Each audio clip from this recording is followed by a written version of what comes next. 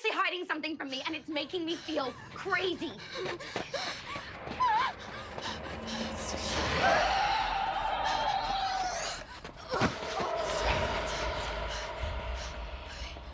What? Our friendship is so fucking toxic? Okay, well, I don't want to be your friend any fucking way. Used to steal my toys and pour lemonade on my bed. Okay, and now I'm eating your boyfriend. See?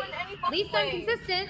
So, take me home. Oh, what have I done? But what was expected of me? When did you stop wanting me to be your best friend? Don't worry. We're gonna get through this together. I am going to eat your soul and shit it out, Mickey! They say sandbox love never dies. Relationships developed during our formative years have the longest lasting and most impactful effects on our lives and reverberate into how we view friendship and love as we grow older. The dedication of best friends is profound, spending afternoons and weekends together, sharing secrets and crushes, and all of the awkward moments of adolescence. Girls in particular tend to grow extremely close to one another and become emotionally interwoven with their BFF. Best friends share everything, from clothes to makeup to music and even crushes. Even the exchange of a friendship necklace is a signifier that a person is taken, already in a bestie relationship, and is basically the adolescent equivalent of a wedding ring. Is it such a stretch to call your childhood best friend your first true love? We first experience the horrors around womanhood alongside our best friend. Menstruation, virginity, childbirth, all of the things which are thrust upon girls in their adolescence, which are abject to the prim and proper behavior expected of us as children. Young women confide in their best friends and experience the stark disparities of puberty and womanhood together, emotionally growing more distant from the safety of their parents to a newfound dependence upon someone closer in age, coming to term with much of the same themselves. When best friends become so emotionally interwoven, feelings can become complicated. Jealousy takes on a different edge when one half of the equation gets a boyfriend or loses their virginity. But the feelings are also confusing, complicated by symbolic tokens such as friendship necklaces. The erotic charge between female best friends becomes much more present when one finds romance elsewhere. And the feeling of abandonment that comes from being ditched for a boyfriend is like salt in an open wound. It is interesting that while women are expected to be proper and well-behaved, it is also women who are thrust into the bloodiest natural experiences, such as childbirth and menstruation. It should be pointed out that while men seek blood and violence, women are born into it, and it is intrinsically part of our lives. The expectation that we should fear blood and violence is inherently wrong because as women, we cannot escape it. Violence, blood, and gore are more closely aligned with femininity, and that may be why women are so interwoven with horror culture. If you have followed my videos for a while, you might be surprised to learn that I'm actually not a horror fan. I just really don't like scary, gory movies in general. However, all of the shows and movies I tend to enjoy and cover on my channel do contain elements of horror. Dismemberment, cannibalism, demonic possession, ritualistic sacrifice, the unconquered wilderness, you get it. In my mind, these aspects of horror are much more digestible. Pun intended. Some examples of where you might find these elements would be Midsummer, Servant, The Witch, Bones and All, and yes, even Twilight, all containing elements of horror and ritual, but told from a feminine perspective. This female gaze is what directs the film, and the emotional tone of the story is determined by the woman, rather than the energy of the entire film being defined by the horrific acts portrayed on screen. To take it a step further and intertwine all of these ideas, there is an emerging style of film which portrays the horrors of female friendship as the central point of devastation, placing them firmly into the horror genre without the gratuitous exploitation of the fear element. Because there is something much worse about your best friend forsaking you than nearly anything else in the world, even a lover's betrayal. It targets a deeper fear of abandonment and rejection. The reasons behind the treachery can range from simple jealousy to romantic desire and even to consuming the other person and all they represent. Songwriter Ethel Cain summed up the complicated adolescent feelings of friendship and desire perfectly when she said, "I just love the romantic implications of the desperation of getting someone so close to you that you have to devour them. I think this new rise of cannibalism in media, satanic panic aside, is such an act of devotion, metaphorically, which is so beautiful. Before I even knew what intimacy was as a child, I was like, I have to eat people. I felt like I had to put people inside of me to love them."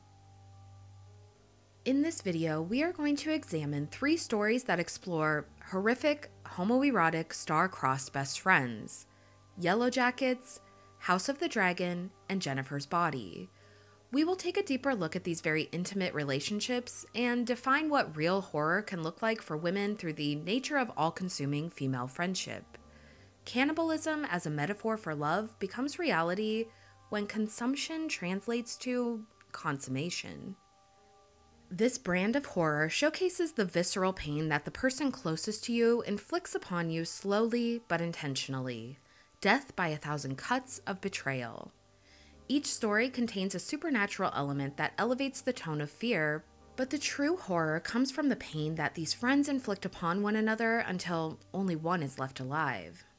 I'm sure everyone back home is so fucking sad to be losing their perfect little princess, but they'll never know how tragic and boring and insecure you really are. There are 3 main elements that each of these stories share that we will explore here. The traumatic experience, which disrupts the normalcy of this relationship and their lives. The subsequent falling out from the transformation, including secrets, lies, and shared boyfriends. And the consequences of the falling out, which ultimately ends in death. Each of the friendship dynamics delineate a character archetype within their relationship. Type A friends, which are the pretty, popular, entitled girls, the ones who get what they want on a silver platter.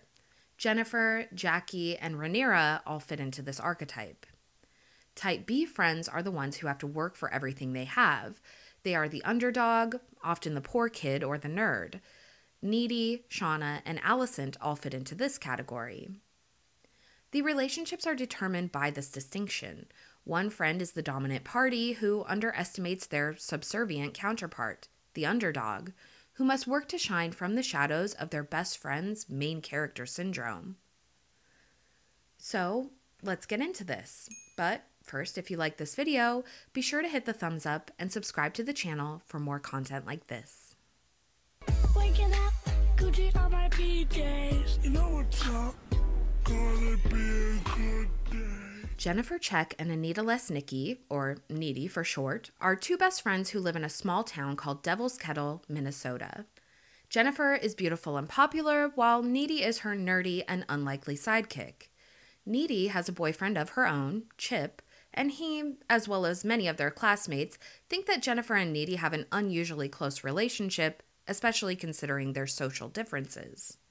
The 2 share BFF necklaces with one another, and their classmates call them, "We're totally lesbian gay." What? She's my best friend. When a rock band from the city comes to their small town to play a show, Jennifer convinces Needy to go with her to see them play at a local dive bar, Melody Lane. The band, Low Shoulder, turn out to be agents of Satan with, really cool haircuts. The girls go through a traumatic experience together when the bar catches fire and they barely escape with their lives. The singer from Low Shoulder finds them in the parking lot outside of the burning building, and he convinces Jennifer to get into his van with the rest of the band, and they drive away into the woods, leaving Needy behind. The men take Jennifer into the wilderness and sacrifice her there in a satanic ritual to attain fame and fortune for their band. The spell requires a virgin, otherwise it can backfire, unbeknownst to the amateur occultist band, causing the demonic spirit to be trapped inside the sacrificial victim, which is exactly what happens to Jennifer. Needy makes her way home, where she calls Chip to tell him everything that's happened. While Needy is worried about what happened to Jennifer, Chip is more concerned with the bar burning down and the lives lost in the tragedy.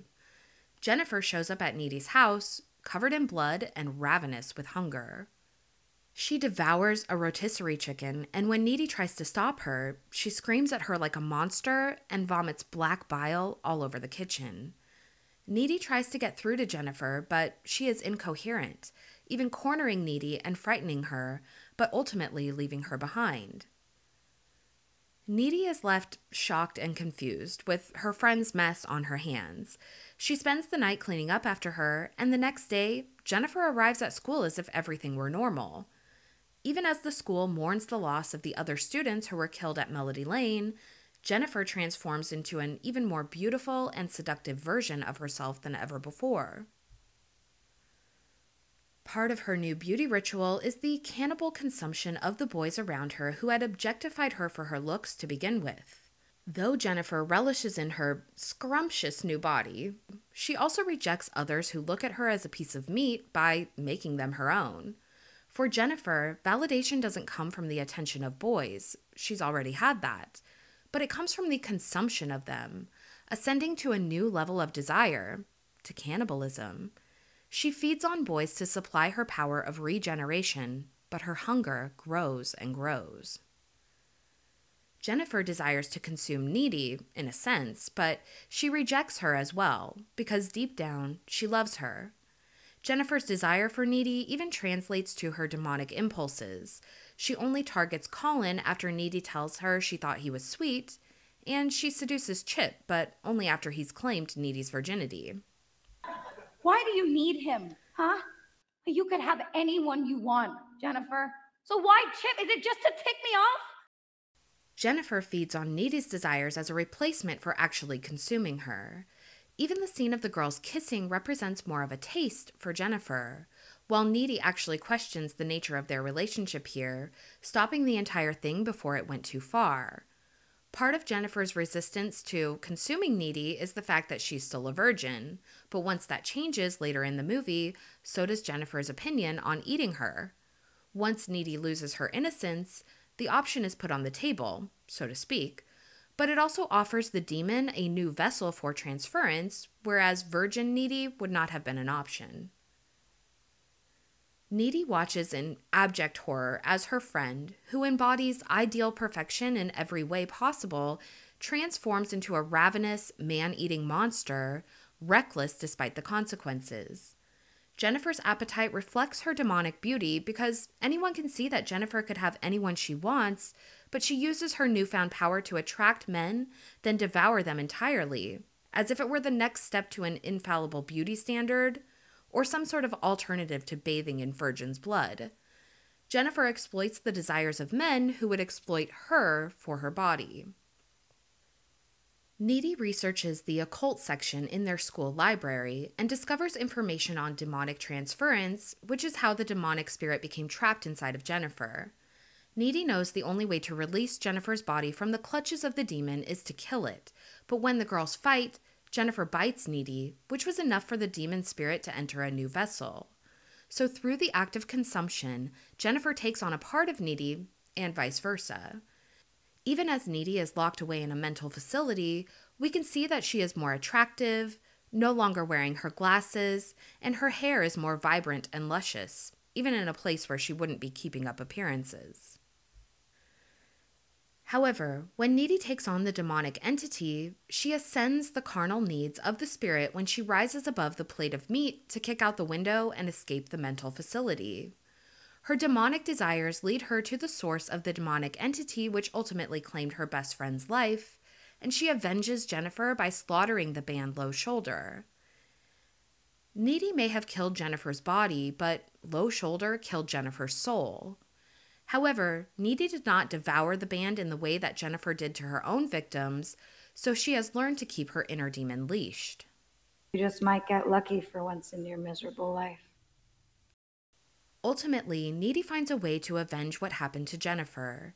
Even though she still had her friend in the flesh, Jennifer was no longer herself and had become a vessel for something else entirely.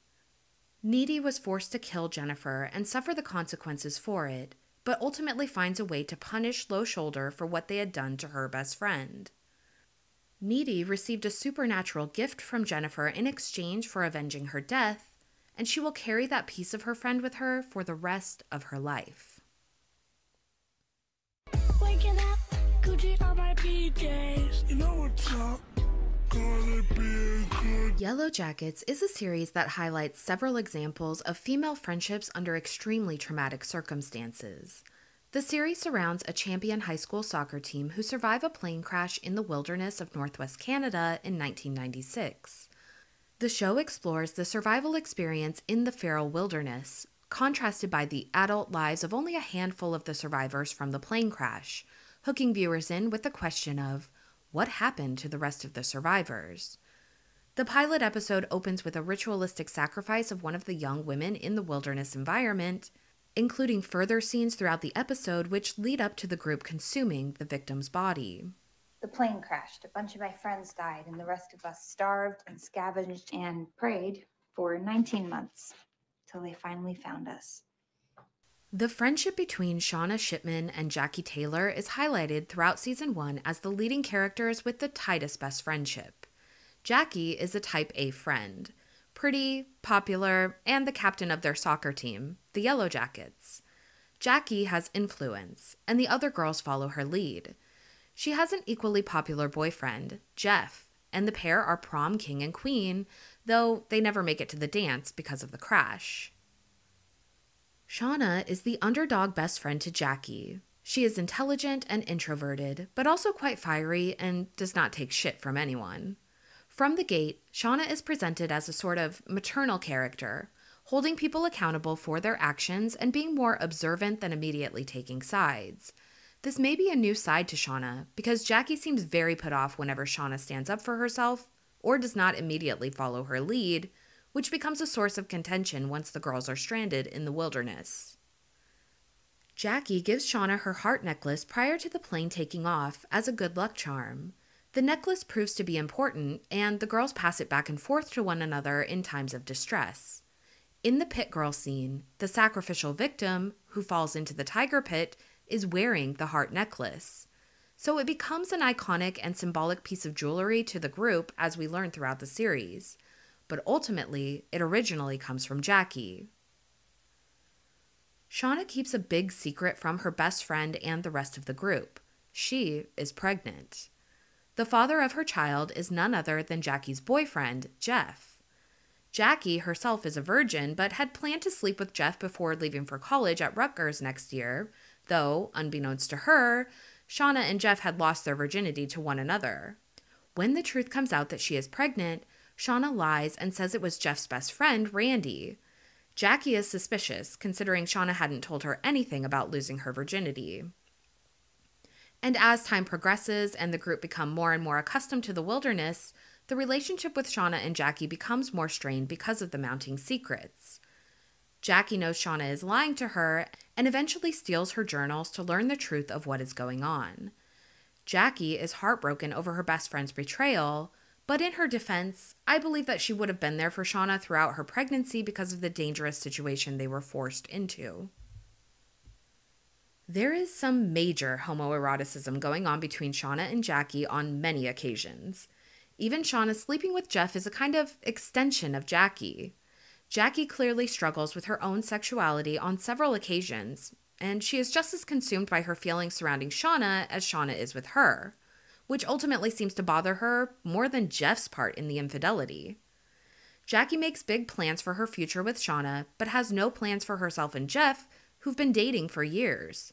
Shauna had been accepted to Brown University and was planning to go there rather than Rutgers, as Jackie presumed. The layers of their convoluted relationship are muddied between friendship and committed girlfriends.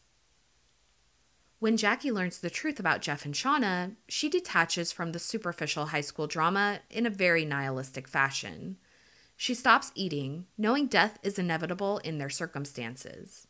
She realizes the emphasis she had placed on losing her virginity was worthless when weighed against the survival situation they'd been thrust into.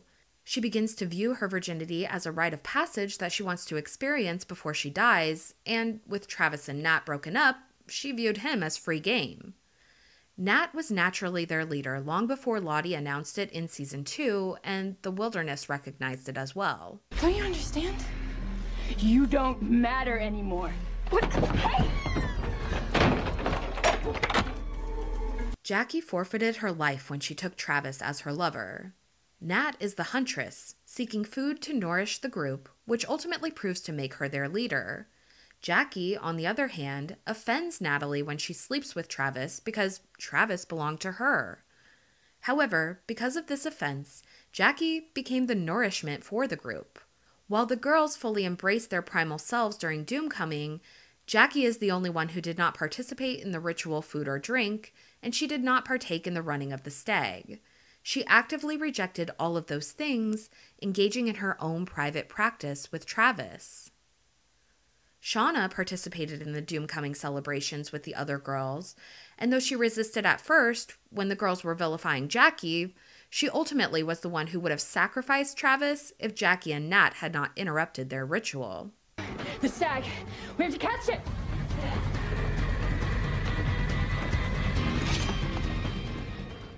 Jackie tried to hold the actions of the ceremony against the rest of the group, but found that she stood alone against the group who had collectively bonded over something that she had rejected. When she stood up against Shauna, even exposing her relationship with Jeff in hopes of gaining someone to her side, the group simply watched as Shauna played the judge, jury, and executioner. Jackie made the choice to leave the group and stay the night outside, ultimately to her detriment, when the first snow of the year fell that very night. When the group wakes in the morning, Jackie is dead outside in the snow. Shauna is devastated, compounded by the swirling emotions that come with pregnancy and, along with the stresses of their traumatic survival experience, she kind of snaps. Though Jackie was not the first of the survivors to perish after the plane crash, shout out to Laura Lee, she was the first body they were left with to dispose of. With the ground frozen, the group decided to keep Jackie's body in the meat shed outside where they keep the bear meat that Lottie had slaughtered after Doomcoming. However, Shauna, being the butcher of the group, begins spending a lot of time in the meat shed with Jackie's corpse, imagining her still alive, playing MASH, and journaling with Jackie's ghost. You're like holding on to me or whatever. That's like haunting 101. We can see a parallel to Jennifer's body here because after her sacrifice by the band Low Shoulder, Jennifer remained a vessel.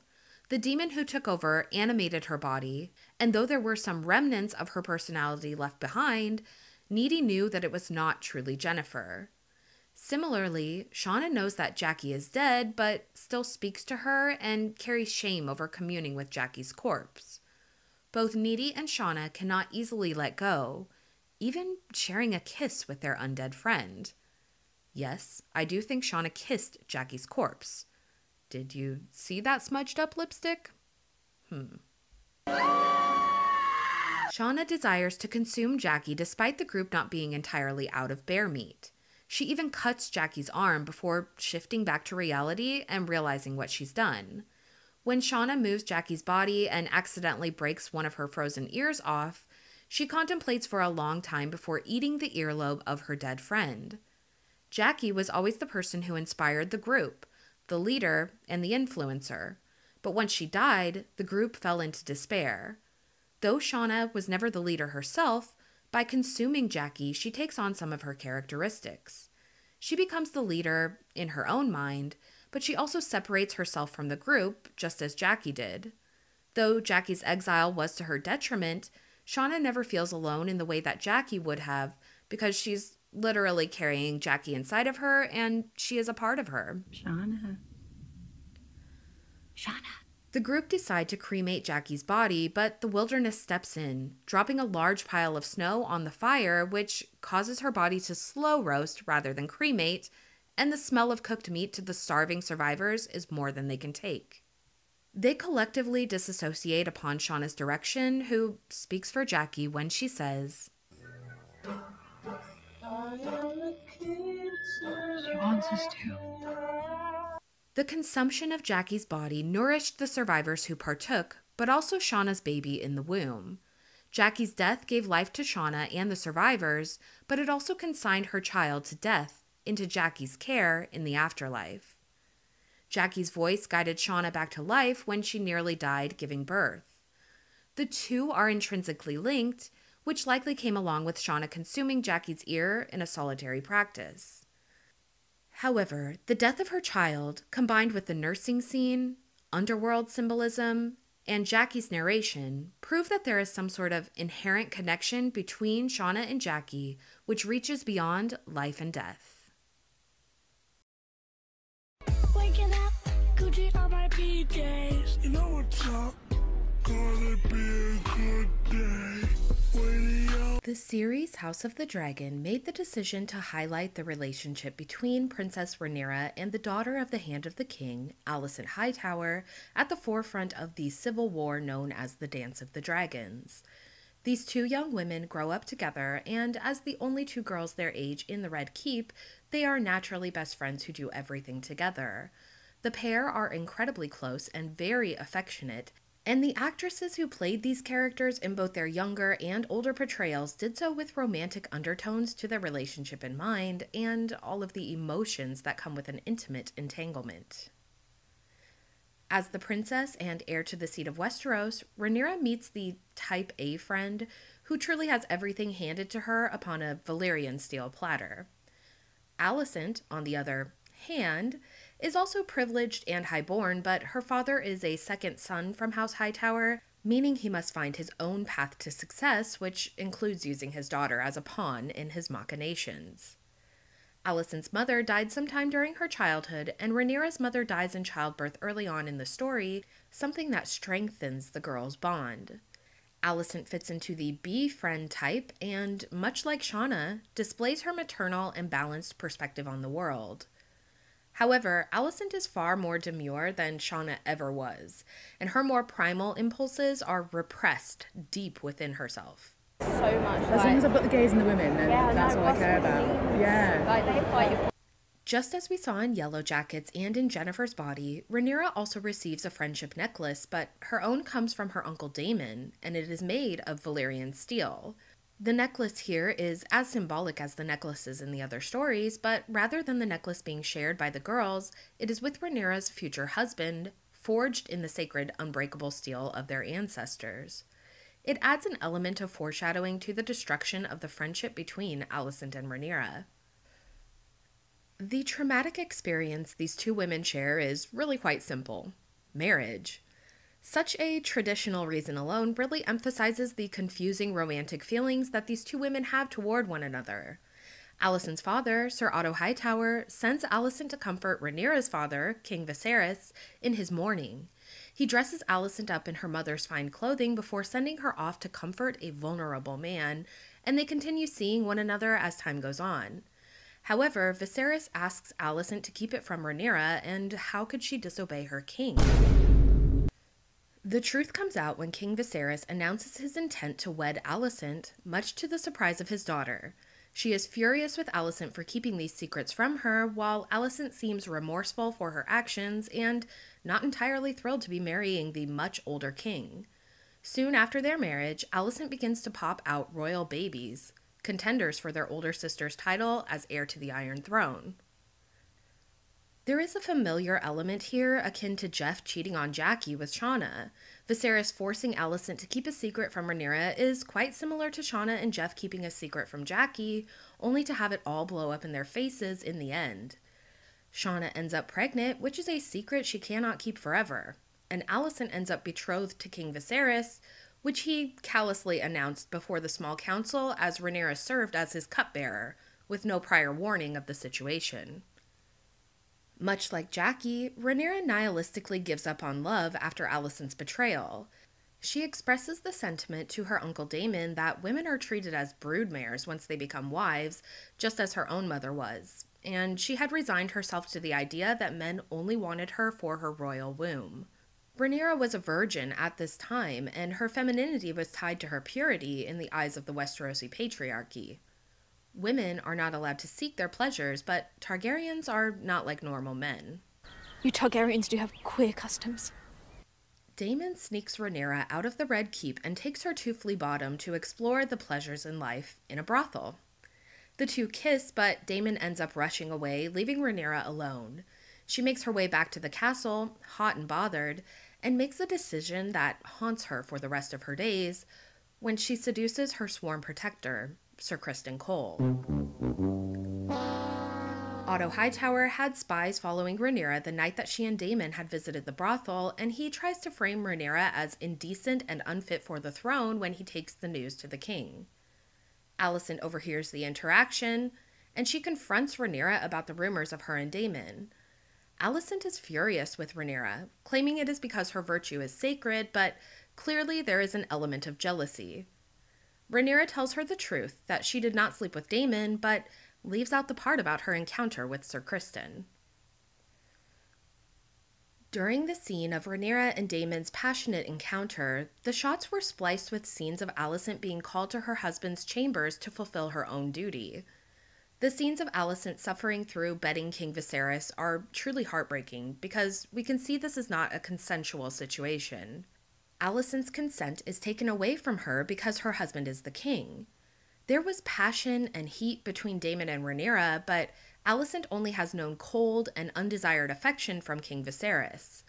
Recall how touchy-feely Alicent and Rhaenyra had been in their youth, but as queen she no longer receives any warmth or affection because she has become untouchable.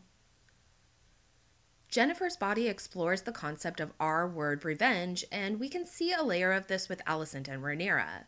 While neither of these projects outright display SA, they conceptually explore the theme with both Jennifer and Alicent. Rhaenyra maintains full agency while Alicent is forced into a marriage with a much older man. While Rhaenyra does as she pleases without repercussions, Alicent does her duty by unhappily sleeping with the king. However, the bitterness that builds within her funnels into her hatred for Rhaenyra, almost as if she takes out her revenge for all the things she is forced to endure in her own relationship upon Rhaenyra as an extension of Viserys. Sir Criston Cole is a knight of the Kingsguard, whom Princess Rhaenyra chose as the newest member of the prestigious Brotherhood some years prior. Sir Criston was sworn protector to the princess for many years and bore witness to Rhaenyra killing the boar and when the white stag presented himself to her, both of which were extremely significant and symbolic moments.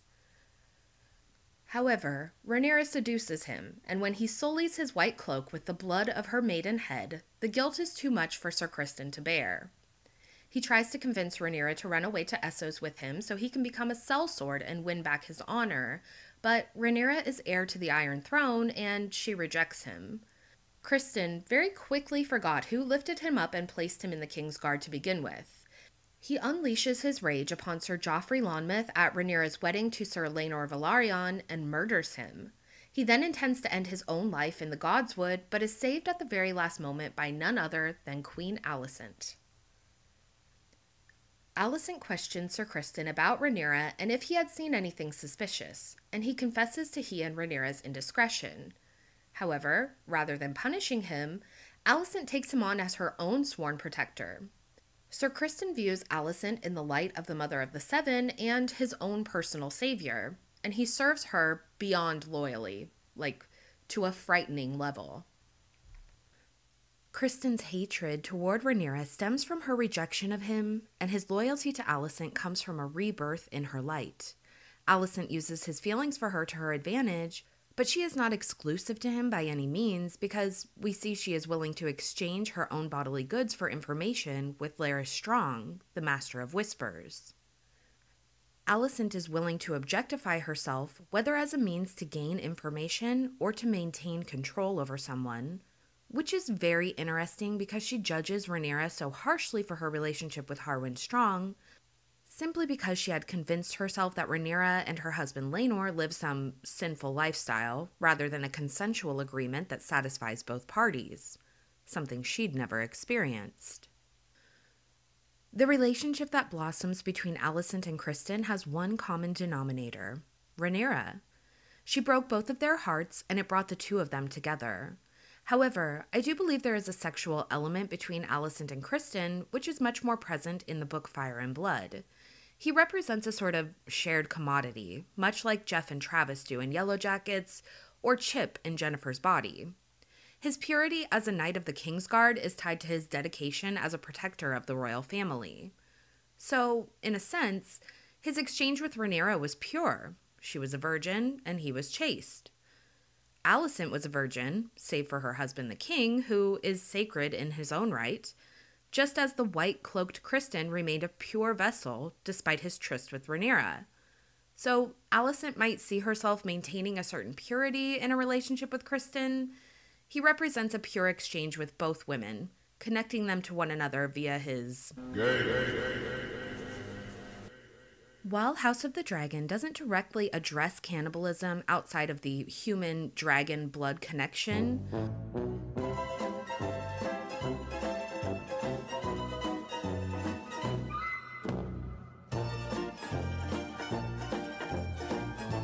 we can see the othering of the Targaryens by Alicent and the Greens in the same sense.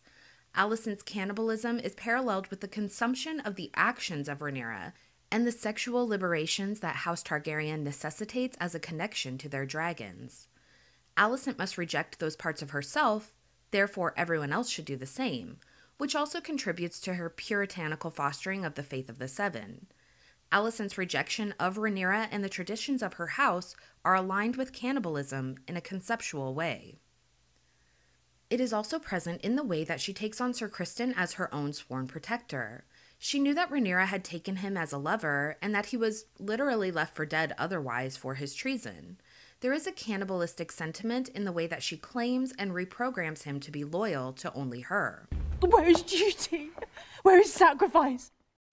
Alicent refuses to embrace the traditions of the Targaryens, therefore placing herself in the position of the other in their perspective, but doing so from a place of preserving her own traditions and values, which are patriarchal and subservient in nature. Shauna does something similar when she refuses to participate in the wilderness prayer circle, or even looking back to when she tried to become Catholic. However, Shauna is also the one who froze Jackie out and initiated eating her body, so she had the ultimate authority on that decision for the group. Shauna dabbles with ritualism, similarly to Alicent, who has borne Targaryen dragon-riding children, but still rejects their traditional Valyrian ways. We might even look to Daenerys Targaryen in A Game of Thrones for further perspective on this idea. Consider Dany and the horse heart that she consumed in her pregnancy ceremony. When she consumed the entire heart, she fully embraced herself as one with the Dothraki by participating in their sacred rituals dedicated to the women who bear children of the Khals. Similarly to Jennifer's body and Yellowjackets, the act of consuming flesh in the world of Ice and Fire is equated with a sacred initiation from a foreign culture. What's your drink of choice? A Negroni. I was going to say the same thing. Bagliato. With Prosecco in it. Oh, stunning. Yeah. We will get into book spoilers here, so if you've not read Fire and Blood, skip ahead for just a minute or so. The resentment between Alicent and Rhaenyra carries on to their children, who are poisoned against their own families from a very young age. The emotional scars that Otto left upon his daughter are passed down from Alicent to her own children, who grow up to believe that their sister would end their lives to protect her inheritance. The war between these families was certainly inevitable, but through it all, Alicent and Rhaenyra maintain their core love for each other despite the blows against one another. When Rhaenyra is finally killed, Alicent is not victorious. She literally loses her mind and is confined to her apartments in the final year of her life, which was shortly after the Dance of the Dragons ended. She spent her time weeping and talking to herself. One day she ripped all of her clothing to pieces and took a deep aversion to the color green. So here in House of the Dragon, just as in Yellowjackets and Jennifer's body, the common denominator is that one of these girls will not make it out alive. However, the final girl who survives all of the girl gore is never the same. She is never healed or whole again. It's something much different than the heartache that comes from a breakup, and the damage sustained trickles down to poison their children and their families. Shauna, Alicent, and Rhaenyra all have families of their own, but their children grow into young adults and carry the emotional baggage and scars of their mothers into a new generation. Wake Waking up, Gucci on my PJs. You know what's up? Gonna be a good day. I would also add one final element that all of these stories share, which is the knife. The knife represents something significant to each of these stories, but is also the physical weapon in metaphorically being stabbed in the back. In each story, the Type B friends draw first blood after the pair have given one another 1,000 metaphorical cuts. In Jennifer's body, the knife used to sacrifice Jennifer ultimately comes back around to deliver her vengeance. The scene of Jennifer's sacrifice has undercurrents of SA by questioning if Jennifer is a virgin or not, the group of men persuading her into the woods, and the use of a phallic-shaped weapon in their ritual. Needy also pierces Jennifer's heart with a box cutter, which calls back to the illusion of assault by the band. In Yellowjackets, Shauna fulfills the role of the butcher, and the knife is her weapon and her tool. When she communes with Jackie's corpse, she believes it is Jackie persuading her to eat of her flesh when Shauna takes the knife to Jackie's arm before snapping out of her delusions. However, Jackie almost subconsciously communicates her approval to Shauna because later, when they ultimately decide to consume her, Shauna uses the knife to cut out their feast. And finally, the knife in House of the Dragon has huge implications and is carried only by the king himself. The cat's paw dagger, as it is called, bears a secret inscription that is only known by the king and his heir. However, at the climax of the fight on Driftmark, Queen Alicent snatches the knife from her husband's belt and attacks Rhaenyra with it, cutting her arm to the bone. This scene is the culmination of years of built-up hatred between these women spilling over. Much like in Jennifer's body and Yellowjackets, the cat's paw dagger also calls back to the friendship necklace in this story, which were made of the same sacred Valyrian steel. It is representative of the way that Alicent will never penetrate the blood bonds between the Targaryens, no matter how much she sacrifices, even bearing children for the king. She draws blood from Rhaenyra with a knife, but she will never possess her blood, if that makes sense. We have to wonder if the use of the knife represents something more intimate than inflicting a physical wound to match their emotional ones. The nuance of the sacrifice scene in Jennifer's body left questions of the true nature of what happened out there, whether Jennifer was only ritualistically sacrificed, or if an assault occurred by the band. This also conjures up questions of how much further things went with Jackie and Shauna in the shed when she cut her arm. Considering this is the same scene where she applies Jackie's makeup, where we assume she also kissed her, I don't know. It's really dark, but I just had to put it out there. Shauna has some really dark sexual impulses, which are explored in a cutscene from the Season 1, Episode 5 script between she and Adam, where she nearly K-words him via erotic asphyxiation while they are getting frisky, and Jackie appears to her as a wilderness apparition. And later, she actually does end his life using her weapon of choice, the knife. Oh my god, I came up with that one while editing and had to basically re-record this whole section. So I apologize, and now you can all have that image live rent-free in your sweet little disturbed minds as well. Sorry. A special trauma to carry around. Waking up, Gucci on my PJs. You know what's up? Gonna be. Even as these women move on from the traumatic experiences which claim their innocence and their best friend, they are irrevocably damaged from it. Shauna never goes on to Brown to become the intellectual she wished to be. Instead, she marries Jeff and becomes a stay-at-home mom, trapped in the vice grip of her trauma. Alicent loses her family all around her, and her final days are spent as a madwoman. Needy takes the blame for the atrocities that Jennifer had committed and is locked away in a mental facility until she escapes, but she carries the demonic entity within herself, which would prevent her from ever living out a normal life. The ending of these relationships signifies something much more than the loss of a friend. It represents a certain loss of innocence. They each end up trapped in the legacy of their lost friend, never escaping her haunting presence. What this girl gore genre ultimately represents is more than a Bildungsroman or coming-of-age period for these young women, but rather a departure of themselves from their codependent counterpart as an extension of that premise. It portrays horror in a way that is far more tangible than chainsaw murderers and monsters in the dark by exploring trauma, secrets, lies, infidelity, and death of the one most dear.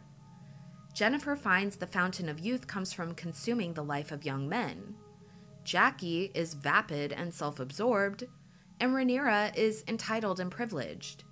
They each represent all-consuming feminine archetypes in their own way, which are strengthened by demonic or supernatural nuance, but their counterparts find a way to consume them in turn, eliminating their competition by taking on their qualities, both literally and figuratively. These friendships are victims of their circumstances. They start out as best friends, as close as sisters, but because of the devastating positions they are thrust into, they quickly devolve into enemies under the pressure to survive. They lose their counterpart to the supernatural foe that preys upon them, whether it be a succubus, the wilderness, or a war of dragons. Cannibalism as a metaphor for love teaches us the pitfalls of female friendships, but we should also remember the strengths and joy that a best friend can bring to our lives.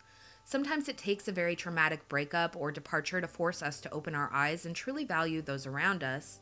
And after the extreme circumstances the women in these stories go through, perhaps they will have taught us some lessons in cherishing our besties through thick and thin.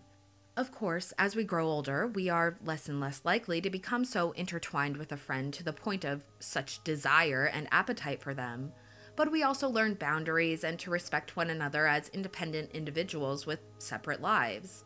However, the feelings experienced in adolescence are so primal and possessive that we may always wonder how far beneath the surface they actually lie, and how quickly they might come out under certain circumstances.